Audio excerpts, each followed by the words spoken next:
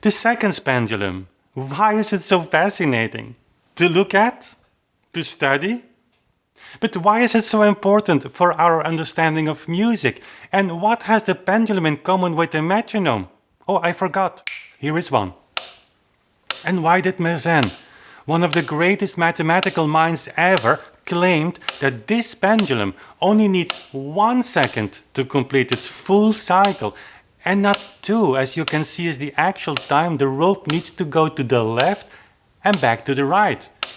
Was he drunk when claiming that 1 second plus 1 second equals only 1 second and not 2? Did he make a fundamental mistake against basic math? But what if he didn't?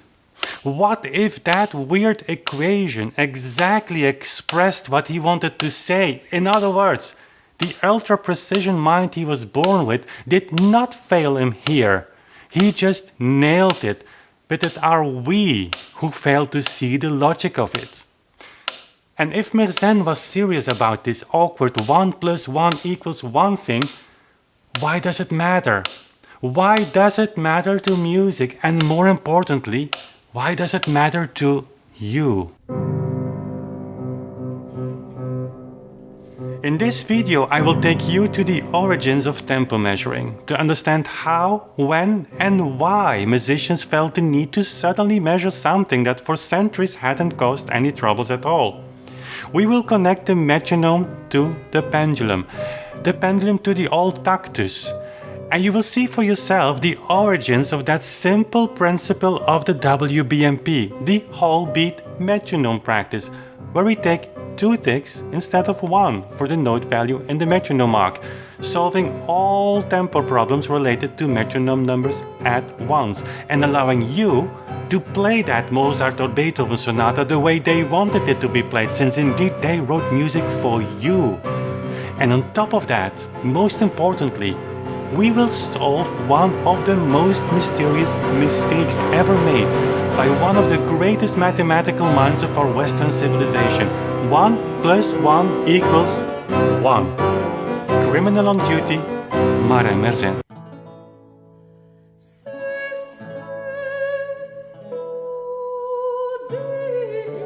But before we slap Mersenne on the fingers for making such an unforgivable mistake, let me share his record really quickly. It is truly impressive. He studied mathematics and music in Paris, where he met with great minds like Descartes, Pascal, de Frémat, and many others.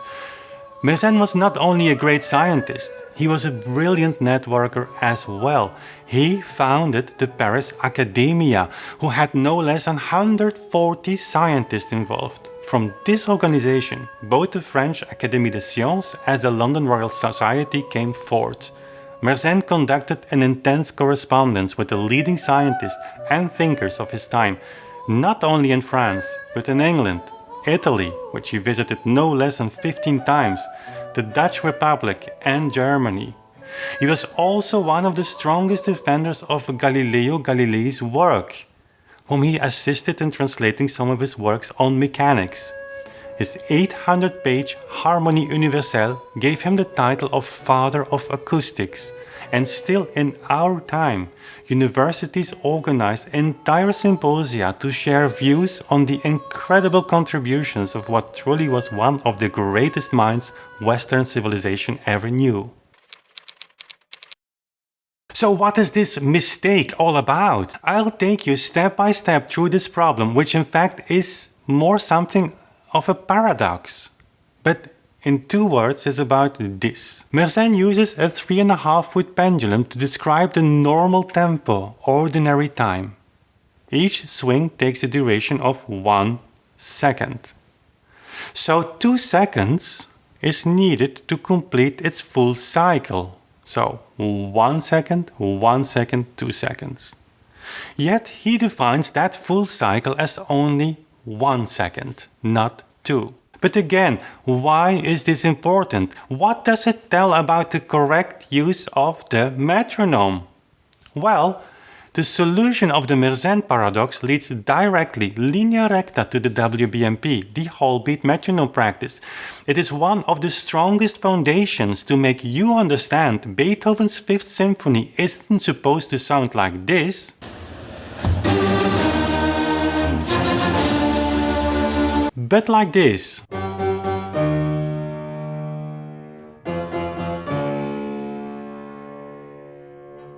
Now let's go step by step. First, I want to let you know the solution of the Mersenne paradox we owe Lawrence Guardian to credit for, my partner in crime for writing the new book on tempo. Lawrence is the very first musicologist in modern history who didn't blame Mersenne for having made mistakes against basic logic, but displayed the logic of his idea in full power. Mersenne lived in a time that in music history very well could be seen as a bridge between the old and modern musical time. In the old days, which we today in general would call Renaissance music, you basically had one tempo.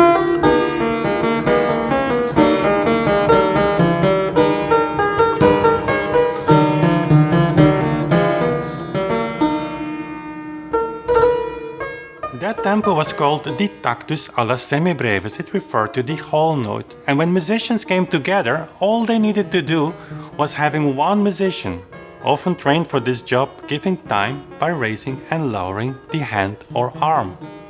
And this twofold movement was called the Schlag, beat, battement or battuta. The tactus movement, Schlag or beat, was connected to the semibrevis, which we today call a whole note.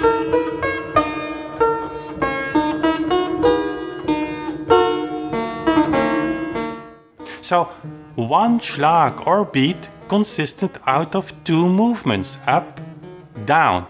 The up-downs marked the minims or half notes, so half note, together one whole note. That description was not invented by me. You find that often in all treatises described and or visualized in this way. One Schlag or beat equals two movements up and down. You've doubtlessly noticed already the parallels with the whole beat system. Indeed, our Renaissance music is essentially a whole beat system, and it might surprise you that nobody is debating that. Even not the greatest opponents of the WBMP.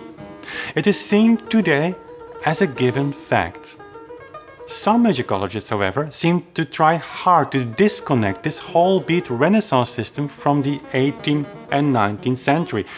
But till today, there's hardly anything, if anything at all, that points to a sudden rupture.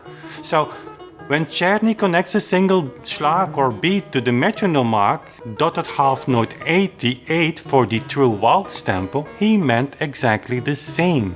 One Schlag consisting out of two movements. Left, right in the case of the metronome compared to up, down of the arm.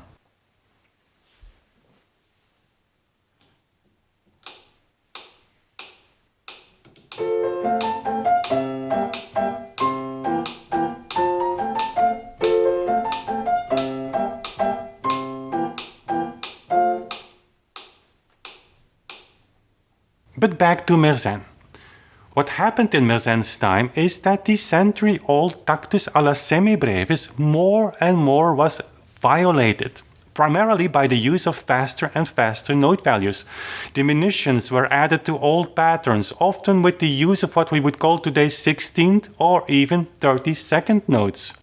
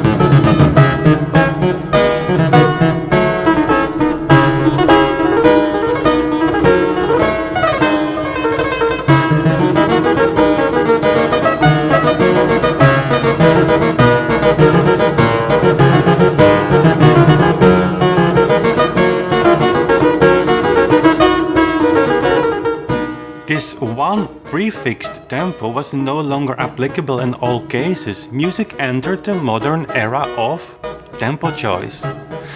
Mersenne realized this upcoming problem and therefore introduced, probably as the first in history, the adjustable pendulum as a tool for tempo measurement.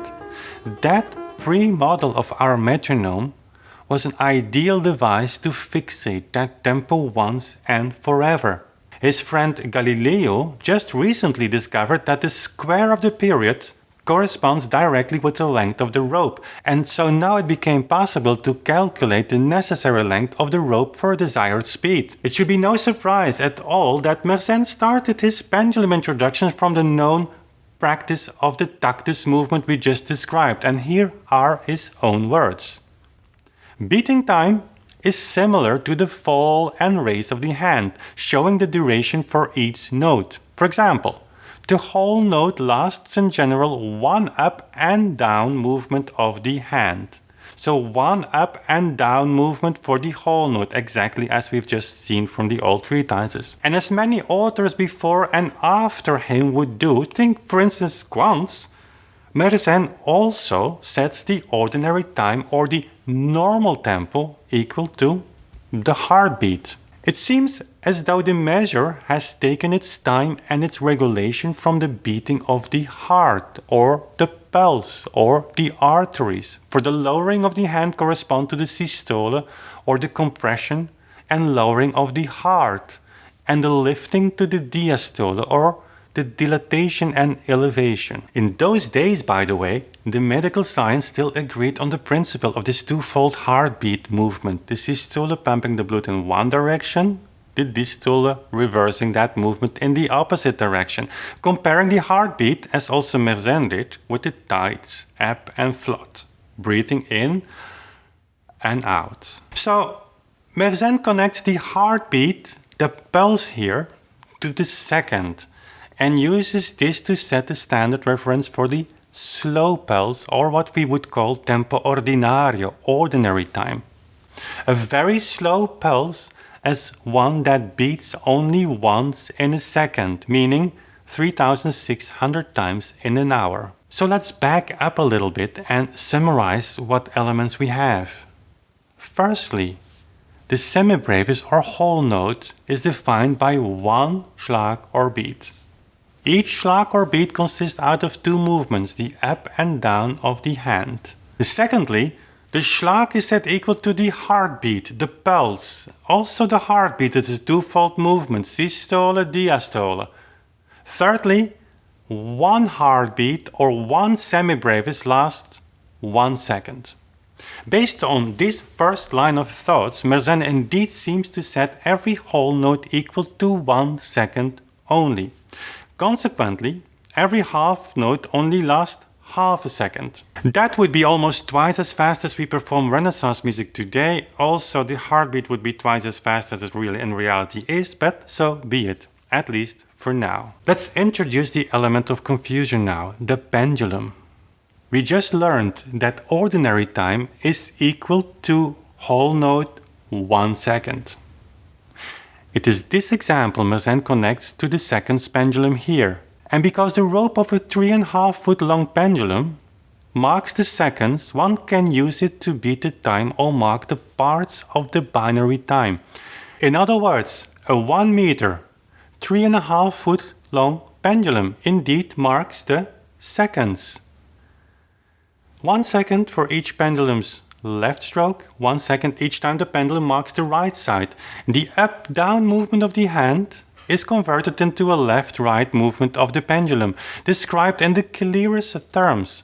The pendulum marks the parts of the intended time. Parts of the intended time. Where do we read that same phrase later again? Exactly in the famous 1816 Melzel directions. If that still surprises you, you haven't been paying attention to much of what we've been teaching here in the past years. Back to Mersenne, because now we have a problem to solve. Up-down of the arm is set equal to the left-right of this pendulum, but the two swings of this pendulum together take 2 seconds in time to finish, and so now suddenly the semibrevis just a minute ago described as just 1 second takes 2. Interesting, right? But the paradox gets even more interesting. Some scholars simply write this contradiction off as an obvious mistake, but that can hardly be the case, since Mersenne repeats this paradox a few more times, as for instance in the passage where he sets the duration of triple meter equal to that of a binary meter. And when one wants to use it for the ternary measure, which duration is equal to that of the binary measure, meaning 1 second, one has to shorten the pendulum rope so much so that it makes 3 single swings in the same time as before 2. This, by the way, is a description of the tactus inequalis, but now it becomes really confusing. See, the conflicting duration of 1 second or 2 seconds for each semibrevis, as we have seen in 2 separate paragraphs, now appear in one sentence. 1 second for the binary time or semibrevis, which at the same time lasts as long as 2 swings, so 2 seconds. So in one sentence, Mersenne sets the duration of the semibrevis equal to both 1 and 2 seconds. How is it possible this great mind didn't see that contradiction? And which one is correct, 1 or 2 seconds for a whole note? Or could it possibly be that both are correct? Since it will be clear to you that we only can save Mersenne's reputation if we can find a way to equal 1 to 2. Only that will enable us to solve this paradox. But this last excerpt adds another layer of confusion. Enhances, so to speak, the paradox again, but stronger. It is subtle, but powerful once you see it. It debunks also all the allegations of recent authors Mersenne wouldn't have noticed the mistake. It is here that Mersenne confirms it wasn't a mistake at all. Stay with me a little longer. We arrive at the solution in a minute. Now we will count the time it takes to complete 10 oscillations. Swing the bob to one side and leave it. 1, 2, 3, 4, 5, 6, 7, 8, 9, and 10. Mersenne confirms in this paragraph again the fact that the semibrevis, the whole note, takes 1 second of time. It conflicts with the practical comparison of binary and ternary meters as we have just seen. 1 second left plus 1 second right equals 2 seconds and not 1 second. Okay, so far so good. Let's make a new overview of the points. Firstly, 1 semibrevis or whole note equals 1 schlag or beat. Each schlag or beat consists out of 2 movements, the up and down of the hand. Secondly, the schlag is set equal to the heartbeat, the pulse. Also the heartbeat is a twofold movement, systole and diastole. Thirdly, 1 heartbeat or 1 semibrevis lasts 1 second. And now we add a 4th point, the seconds pendulum. In Mersenne's words, marks the parts of the binary meter, meaning now suddenly each half note equals 1 second instead of earlier the whole note. The introduction of the pendulum seemed to halve the tempo description he first gave. But finally, here in the last paragraph, Mersenne combines the description of the duration of 1 second, so point 3, with the practical demonstration of the tempo, point 4. In other words, he just described in one sentence the duration of a 2 seconds movement as just 1 second. Or the other way around is true as well. Mersenne equals this 1 second tempo duration to the duration of the full cycle of the seconds pendulum, which is 2 seconds. Go back in the video a few seconds if you need to rethink this again, but you've all heard that well. The full cycle of a seconds pendulum is just set equal to a duration of 1 second, while that double movement takes 2. That's a pretty weird mistake to make for one of the greatest mathematical minds ever, don't you think? So before we doubt Merzin's ability to count till the number 2, let's at least give him the benefit of the doubt. Let's assume for a moment he exactly knew what he was doing, and let's assume just for 1 second he did not make a mistake. In other words, is there a solution in which the contradiction disappears entirely? Well, there is, and it's a pretty simple one. The only thing we have to do is to look at the possible double meaning of the term second. Let's consider the option he used that term in 2 different meanings. See what happens. If we take this perspective, when he talks about the tempo of the tactus alla semibrevis, Merzin stages the 1 meter pendulum. Each single swing marks the second exactly. The full cycle of this pendulum is completed in exactly 2 seconds.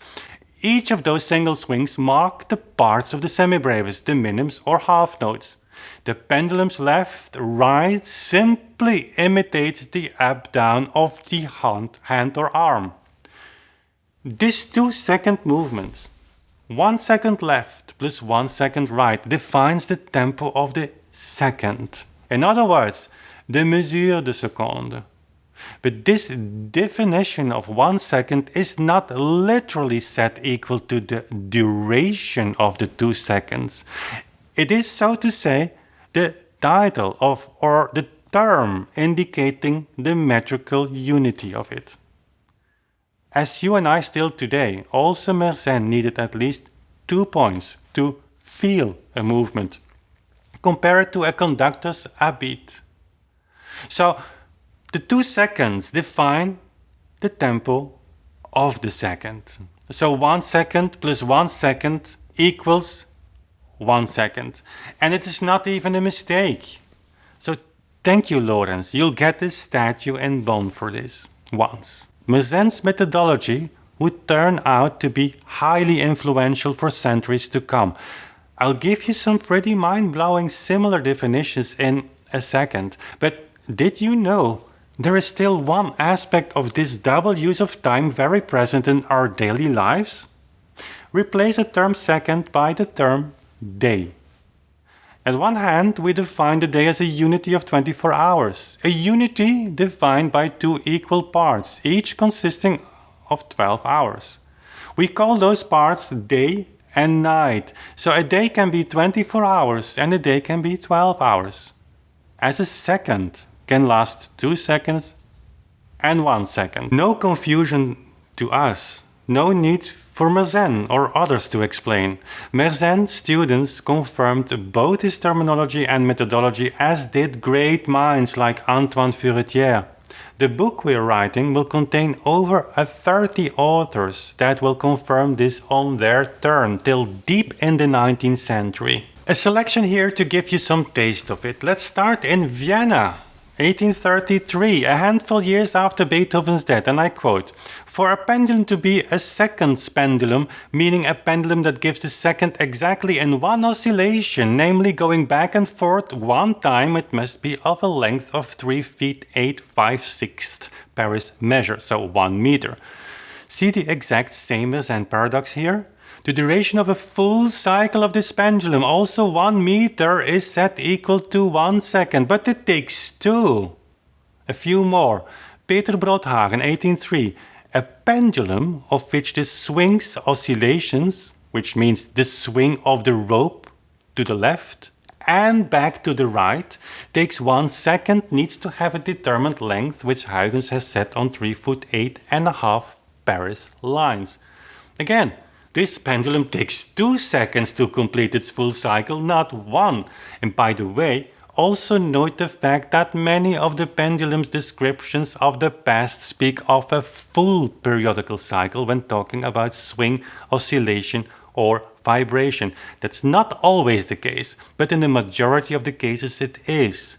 Not really relevant to understanding the pendulum or metronome though, but that's for another video. Let's continue. Willem Eckerle in 1820. The movement of a body in the bow DBA and back to its origins through bow ABD is called a pendulum swing, beat, oscillation, vibration. This pendulum is called a seconds pendulum if it completes one such full swing in the time of 1 second.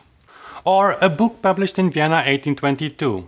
The back and forth movement called swing. Oscillation, oscillation or vibration. So again, a crystal clear description of the full swing. And the source continues like this. Like that, he means the full swing of the pendulum back and forth together, the length of a second pendulum or its pendulum itself, which goes every second, one time back and forth, or 3,600 such swings in an hour, needs to be 3 feet 8 3/5 lines. Again, it takes 2 seconds to go back and forth, and it would take 2 hours, not 1 hour, to complete 3,600 swings. Let's go to 1828 Tübingen. Huygens has since long fixed the length of a seconds pendulum of such pendulum which makes in 1 second one swing, oscillation, oscillation, vibration, meaning a movement back and forth. Now, that would take 2 seconds, not 1. Or Dr. Lenger in 1844, a seconds pendulum which makes in 1 second one swing, so one time back and forth, needs to be in our current system of a length of 3 feet 8 5/6 lines. Again, that pendulum would make one full cycle in 2 seconds, not 1. 1843 Zurich. If the pendulum should be a seconds pendulum, so completing in 1 second exactly one swing, a back and forth movement, then it needs to have here a length of 3 feet 5/6 Paris lines. I don't need to repeat myself again, do I? Add some 25 more of these definitions of second pendulum that you'll find in the book, and I believe the Mersenne paradox is solved, and this case is closed, don't you think? Okay, what does all of that mean for our beloved metronome numbers? Well, let's see if we can convert Mersenne's paradox into a metronome mark. Mersenne sets the semibrevis or whole note equal to 1 second. In the universe of the metronome, this would read like this: whole note equals 60. The seconds tempo, as visualized here in a metronome mark, for Mersenne meant that each single swing referred to a half note, the parts of the intended time. So also that is no problem with the metronome. Each tick falls together with each new half note. So there you have that origin of tempo measurement, the WBMP, and very probably the authentic way of the metronome use. The device was called for a reason metronome. It measures a meter, a pattern, which by definition has to consist at minimum out of 2 points. Finally, this metrical second applies to 19th century treatises talking about the metronome as well. Every time you read the metronome ticks so many times in a minute, this double meaning very well can be applied. If the machine is described, however, as for instance in the Melzel patent of 1815, as to make so many ticks in the minute, it simply means that it ticks so many ticks in a minute. But in a description of tempo measurement, as for instance in the case of quarter note equals 60, there are 60 quarter notes in the minute, that minute is a unity of the minutes it measures. So, 2 minutes. Strange concept? Maybe for us, yes. But would that be reason enough to replace this Mersenne logic with your own? Well, that's up to you. But if you don't, you might start as well to develop the story of the broken metronome a bit more, and add to that a new story, that of the broken pendulum as well.